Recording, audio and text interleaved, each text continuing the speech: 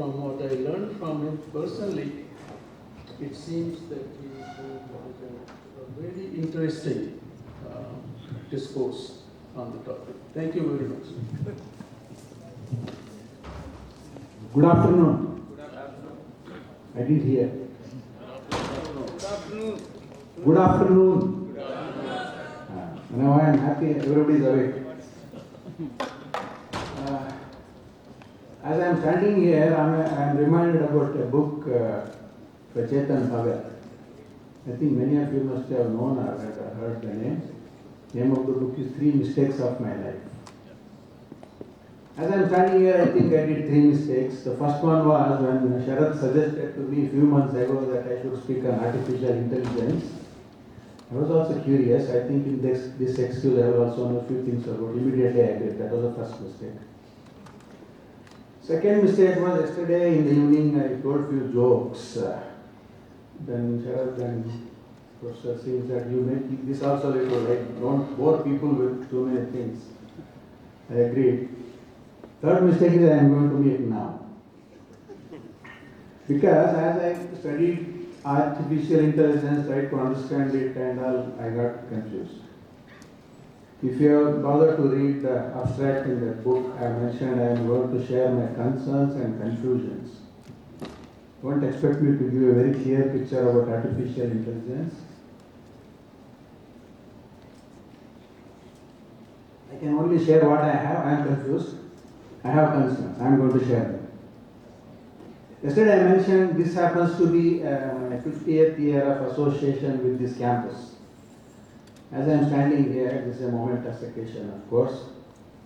I am reminded of my days of learning. Now these days there was a talk of machine learning, people are talking of Internet of Things and robot agriculture and all that. I was telling someone that hope I had at least few of these during my time up as a student. And I thought, okay, I also had machine learning when I was a student here. What was the machine? I was learning the machines. For calculation, if some of us are aware, we were using a machine known as passive machine. There used to be a small typewriter sitting on your table. We used to type and then do this, put some numbers there and do that. That was my machine learning. Then, one year I was mentioning somebody, this Facebook and all are not new. We were using Facebook those days. My father always told me, face the book. But facing somewhere else, face the book.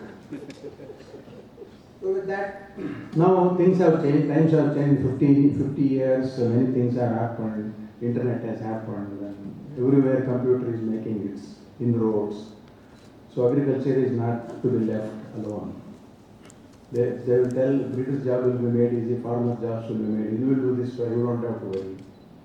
My worries are different, I'll share them as we go ahead. Before that, I will start with an anecdote where in a village, a farmer was having a herd of sheep, he was going behind those sheep. Then a guy comes along in his car, gets off, then asks the farmer, who are you? He said, I am the shepherd. If I tell you how many sheep are there in your herd, what will you give me? Okay, tell me, I will give you one nice sheep. Whichever sheep you want from my herd, you can take it. That fellow takes out his computer, looks at the sheep, makes some numbers.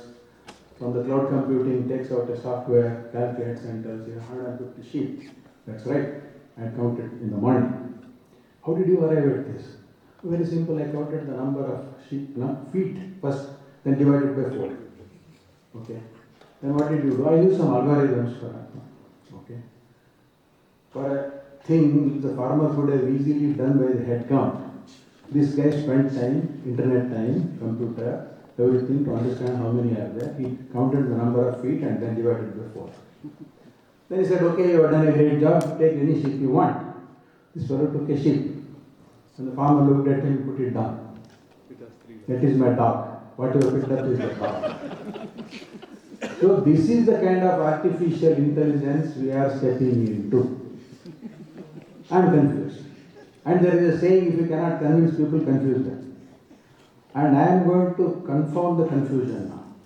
That's exactly what I am. I'm not going to bore you with too many slides. Let us try to understand the way I have understood artificial intelligence. And I feel, this is a feeling, I'll justify that later. The more and more it depend on machines, the more and more it depend on internet, more and more it depend on computer. I think we are using less and less of our natural intelligence. So I sometimes think it may be a strong statement, but I think artificial intelligence breeds natural stupidity. I'm going to convince you. Towards the end, you will agree. With that, basically, I have made it as graphical as possible, not many things to read except few slides. So as I understand, it is man and machine interface, artificial intelligence again. And why am I being little confused or concerned, or why am I being pessimistic? There is a saying in English, both optimists and pessimists serve the society. How? Optimist invents an aeroplane and a pessimist invents a parachute. Optimist is only interested how I can fly, how I can go, but pessimist thinks if it passes on, so what? So I think to be more judiciously using artificial intelligence, we should take both the pros and cons into account. Okay, this is very useful for us, but what if few things go wrong? From that context, please don't treat me as a naysayer, I am not contradicting artificial intelligence.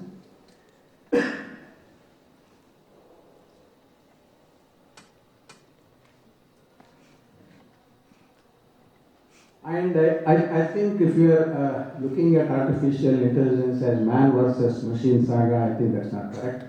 It is in fact man with machine, synergy. We talk a lot about synergy these days. If at all artificial intelligence is to be used, it has to be used in conjunction with our natural intelligence. That's what we are going to teach. Whatever we teach, the machines do. Yeah, where is human, so why not use AI? AI is artificial intelligence for our information. And this saying reminds me, there was a saying, to err is human and to blame it on others is politics. But here I am replacing politics with artificial intelligence. I think the same thing I had already mentioned there. Yeah. So to understand artificial intelligence, I had to understand few terminology, and then I thought it is important for all of us to understand. That's the reason I have written them there. Machine learning. I said, what was my machine learning? This is different. It's a branch of artificial intelligence in which a computer generates rules underlying or based on raw data that has been fed into it. This is machine learning. That means you teach the machines first what to do, and then just replicate what you are taught them. Algorithm. We have all grown up in the era of logarithms. First time when I heard of algorithm, I thought algorithm is misspelled. It's a spelling mistake they have done. Then I said, no, somebody said, no, please go and read again. Algorithm is a process or set of rules to be followed in calculations or other problem-solving operations, especially by computer. It's used by computer, algorithmic. IoT, or the Internet of Things, is a system of integrated computing devices, mechanical and digital machines, objects, animals or people that are provided with unique identifiers. And this has the ability to transfer data over a network without requiring human to human or human to computer interaction. Please read the last part. Once IoT of things are done, it doesn't require human to computer interaction. It means you have no more control on the computer. Just illustration of what I already said on IoT. You can just see how the network is there and how things work together. There is mobile, there is computer, everything chips. And this is what happens. Internet, we have so many things happening. I won't explain much. That's just an explanation of what is already there. Now you have smart homes where from anywhere you can switch on a device at your home or switch off at your own will. So that's what it basically means. Yeah, this is coming to internet, artificial intelligence in agriculture. You see all the things were explained. I think most of us know by now what all it can do. It can know when a crop needs to be irrigated. It can know when the soil moisture conditions are less, and then switches on irrigation system. So that takes away a lot of burden from the farmer. And drones are used to make sprays. And one interesting part I read was now we talk a lot about precision agriculture, where we want to do things very precisely One of the things I read, very interesting application was precision agriculture in spraying weedicides. As we know, if the blanket application of weedicide develops herbicide tolerance in the weeds. So here is a device, as per one report, there are already 350 species of weeds that have developed resistance to herbicides. So to prevent that, this drone will identify a particular weed and goes only sprays on that particular plant. That's the level of perfection or precision they have reached. Then separating wheat from chaff, that's a machine you see nobody inside. Then in the greenhouse also, a lot of artificial intelligence is being used. Then robotics in Gardner Riddle. I just chose these images just to emphasize on what all areas artificial intelligence is intervening. Then can self-driving tractors, artificial intelligence and precision agriculture save us from the impending food crisis? That is the claim made. As everyone is talking in 30 years' time, we will have 9 billion people to feed, 70% of food production has to improve. Then how are we going to do it? Is it going to solve? That's my big question. Man versus machine, the traditional farmer and the artificial intelligent farmer. Yeah. How can artificial intelligence help farmers? Took an example of Microsoft, which has taken 175 farmers in Andhra. What do? Advisory services for sowing, irrigation and fertilizer application, when to sow, when is the right time, all that is advised, and fertilizer application. The claim, it resulted in 30% higher yield per hectare on an average. That's a lot. Then growth driven by Internet of Things, image-based insight generation, crop readiness identification, disease detection, field management, health monitoring of crops, automation techniques in irrigation, precision farming. Precision farming I already said.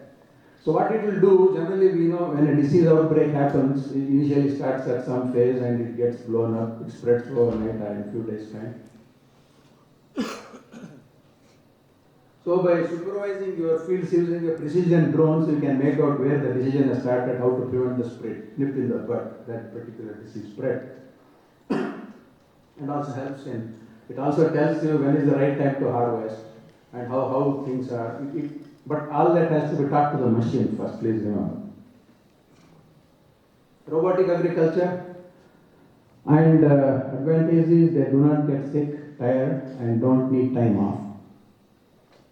Laborers, you have to take all this into account, but that doesn't happen. With higher speeds and tolerances, they can improve precision.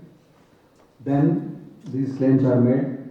Robots can reduce pesticide use by up to 80%, work around trees, rocks, ponds and other obstacles easily, create jobs for technicians that can fix the robots.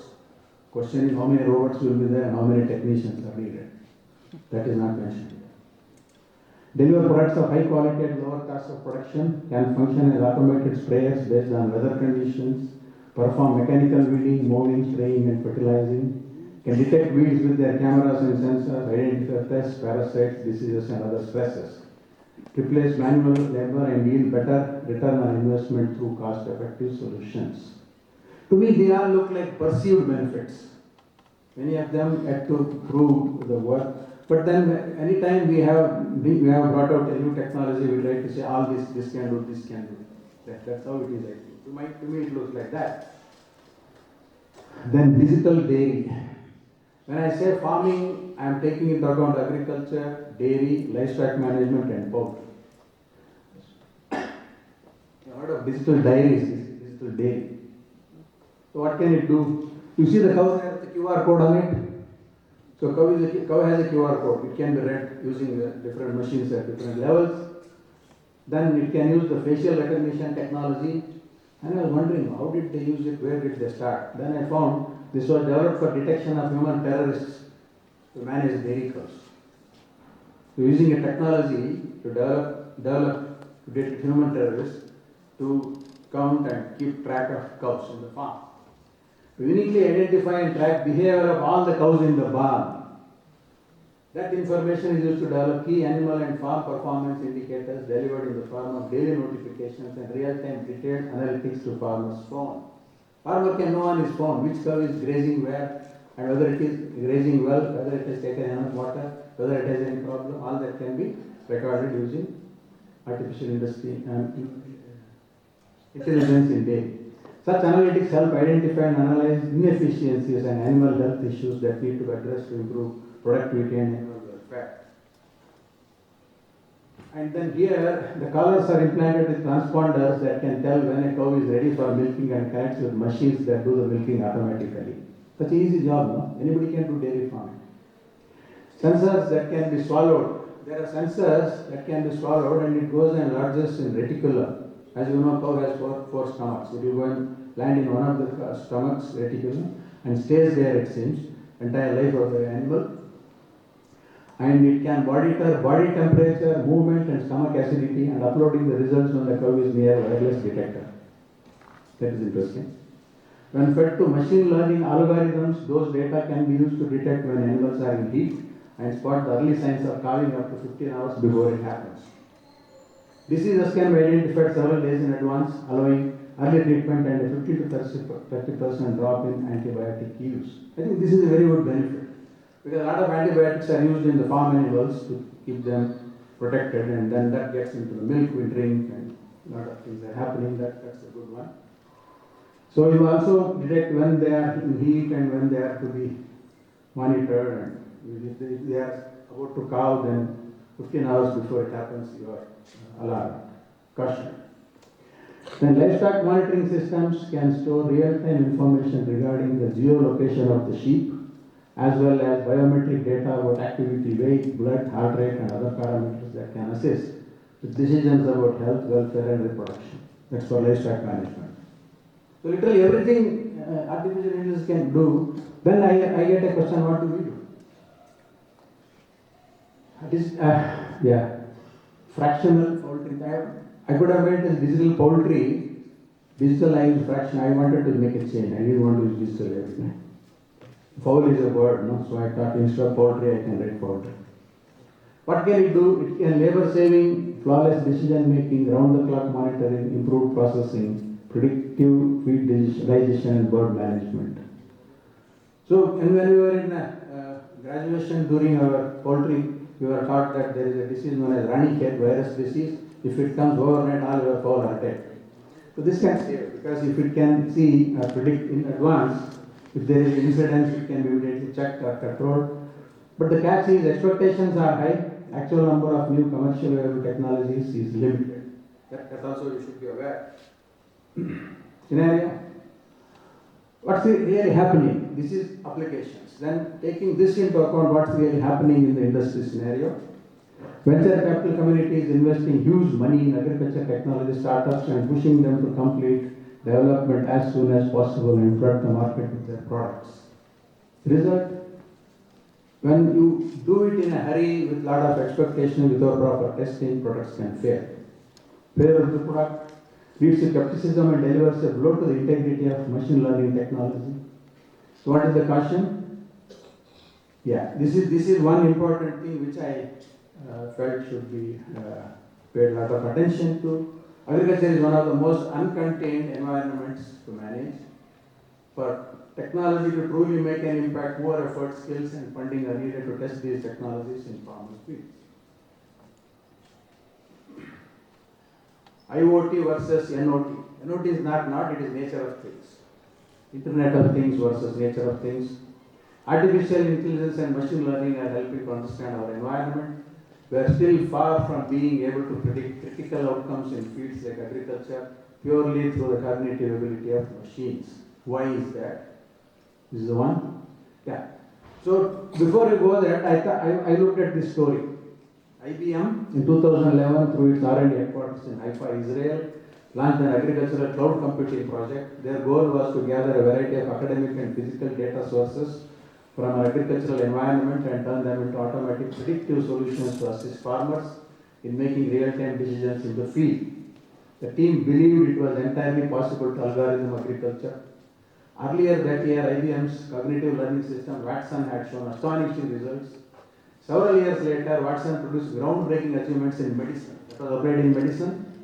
Agriculture projects closed down or scaled down. Why?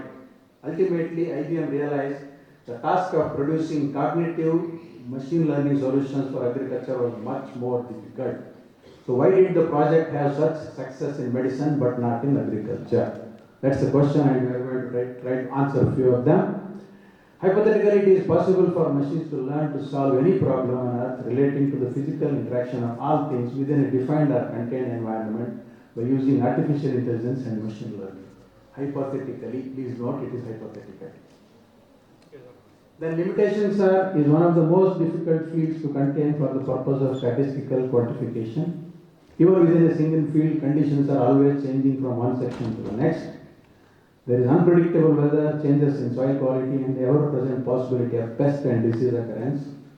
Growers may feel their harvest prospects are good, but the outcome will always be uncertain. And most importantly, agriculture occurs in nature, among ecosystems of interacting organisms and activity. Crop production happens within that ecosystem environment. These ecosystems are not contained and are not subject to climatic occurrences such as weather systems that impact upon hemispheres as a whole and from continent to continent. I think now the picture is becoming clear. There cannot be a solution because of all these limitations. This can still be a concerns. We said robots can do all that miracles. They cost a lot of money and need maintenance to keep them running. Farmers lose their jobs. Robot can change the culture. Emotional appeal of agriculture. I think Ravichandran sir and others, farmers in the audience, they agree. Agriculture has an emotional appeal. If he walks in the field, he looks at the plants and feels happy. That I think is not possible by the machines which we are talking about. That emotional appeal is lost, either it is dairy, poultry, or livestock management, wherever. The personal touch or emotional appeal is out. Energy costs and maintenance are high. The high cost of R&D, you have design things. I think he can agree with me. Last time in Aurangabad, he was presenting the bowl picking machine, right? How much time it takes to build a machine, standardize it, make a prototype, produce it in mass, reach it to the farmers, maintain it. That's one such example.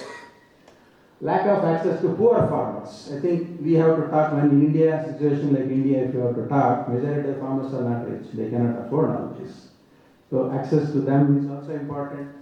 Employment and the workforce of the agricultural sectors, that also will be disturbed. Problems. Understanding how to manage an agricultural environment means taking literally many hundreds of factors into account. In most cases, no two environments will be exactly alike. This makes the testing, validation, and successful rollout of such technologies much more laborious. I think now we understand the situation, right? So that tells me, I'm again reminded of a funny thing, the philosopher Plato. He said, once philosopher Plato said, I am the wisest man alive. Why? For I know one thing that is that I know nothing. You get this? I'll read it again. He said, I am the wisest man alive, for I know one thing, and that is that I know nothing. And I asked, how did he know it? His wife told him that you know nothing. So I am trying to replace wife with artificial intelligence, because as we depend more and more on artificial intelligence, it goes on telling what we do not know. Just take a simple example. Before the smartphone was there, I used to remember my friends' phone numbers, so many of them by heart. Now, even to my number, I have to look, what is my number, I have to check. And if 10 plus 10 is 20, I am not happy adding 10 plus 10, 20 and writing it. I check with calculator on my smartphone. That is the state we are in. So, I think you have heard, there is a great writer, Yuval Noah Harari. Have heard his name? Yuval Noah Harari, he wrote a book, Homo Sapiens. His concern is, as we go on depending more and more on artificial intelligence, machines, robotics, we are going to breed a generation of stupid people. And we are all aware of Darwin's theory of evolution, use and disuse of organs. If I don't use my tail, I miss it. That's what happened in the nature, right? So like that, my worry is if I don't use this, because many things we don't think, it is there on the computer. Olden days we used to go to library, sit in the library and write on reference cards. क्यों टिप्पू जी? Yes. Reference cards पूरा लिख के ले आते थे. अभी Google में है मैं देख लूँगा. So we have taken things for granted. That's one of my major worries. This is what I was telling. The philosopher Plato once said, "I am the wisest man alive, for I know one thing, that is that I know nothing." How did he know that? His wife told him. One day, artificial machines are going to tell us we know nothing. This is from Dilbert, who is a manager, and I want you to create artificial intelligence that is as smart as me. He said, okay, I should have that by lunchtime. You know what it means? That means you are stupid. You are artificial intelligence, I can do it in lunchtime. Then the manager wants to save his face. He says, because you are a fast worker. Sure. Then we are talking high of machines saying artificial intelligence. Then one day, machines may view us as some form of non-artificial unintelligence. That's my theory. Okay, all said and done, later when seriously, pros, cons, contradictions, everything. What is the future? Does it mean these are all things which we have to view with a lot of precaution or suspicion? They are useless? No, I don't mean that. There is huge potential for artificial intelligence and machine learning to revolutionize agriculture by integrating these technologies into critical markets on a global scale. Only then can it make a difference to the grower where it really counts. I think that's the last slide. Yeah.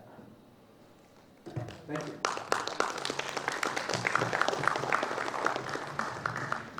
I doubt if anyone in the audience will have a question or a comment. Agricultural environment is so diverse that No, but my comment is, even that has to add to what you said. You know, this whole thing is basically built on the fact that there are farmers growing thousands of hectares. I have my friend, I think you know, he was in Pioneer, Vice President, his name?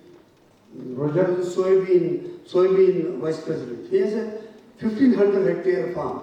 How many people manage it? Can you guess? Anybody? alone. 3 people. His son, himself, and his partner who is his neighbor. They have a need for all this. Correct. You cannot walk through 1000 hectares. So this is meant for, this reminds me why I want to say this is, it's the same with farm automation. We want farm automation in India, but it has to be for a half hectare farm. Correct. Not for 100 hectare farm. Yeah. We need machines that can help. Your cotton harvesting is becoming unprofitable. At 14 rupees per kilo, आपको labor और मिलता नहीं है. So you need a picker for a 1 hectare, 2 hectare farm. So horses for courses is my short message. So if you go too deep, it might derail us for the kind of agriculture we have in India. Thank you. Observations. For instance, in Tamil Nadu, I do not know about Karnataka, the farmer extension ratio is extremely high. And so someone was mentioning that for every 2,000 farmers, we have only one extension worker. So most of the time, the extension worker he doesn't visit our farm, and we are unable to identify whether the plant is suffering from kind of disease or nutrition deficiency, for which I think this artificial intelligence really works for the extension worker. So it's not a huge investment, as you said.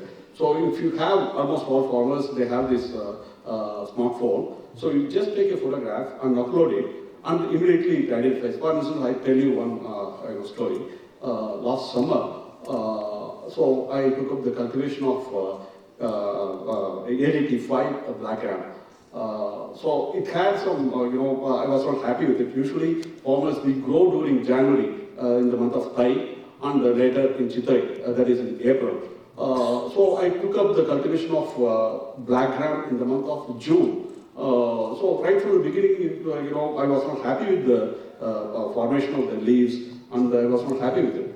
So I took the sample and I took my bike and went all the way to Ordway. They said, no, you should have taken it up during the month of April. Since you are late, it's like that, and maybe because of drought condition. So nothing can be done. So then I took the photograph. I consulted the local extension worker. He could not, identify the problem I am suffering. I was a micro was suffering from. I took the photograph and uploaded it, and I learned that it is a virus, not the yellow mosaic virus. It's a leathery leaf. Leaf was leathery. The aphid is the vector for such virus. So immediately I applied, some sucking chemical. I could control that the spread of the disease.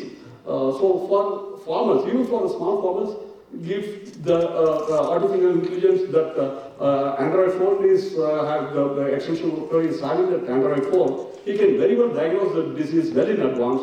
So instead of doing trial and error, so perhaps his plant may be having some kind of disease, he will be applying more urea. So these are the practical difficulties we face in the farm, for instance. I agree. Plantix is one. And I used all water smart farming technique, simple, not very expensive, simple technique, and so I could get 8 quintals per acre. So this is, Definitely helping. Yeah. Yeah, thanks. Yeah, thank you.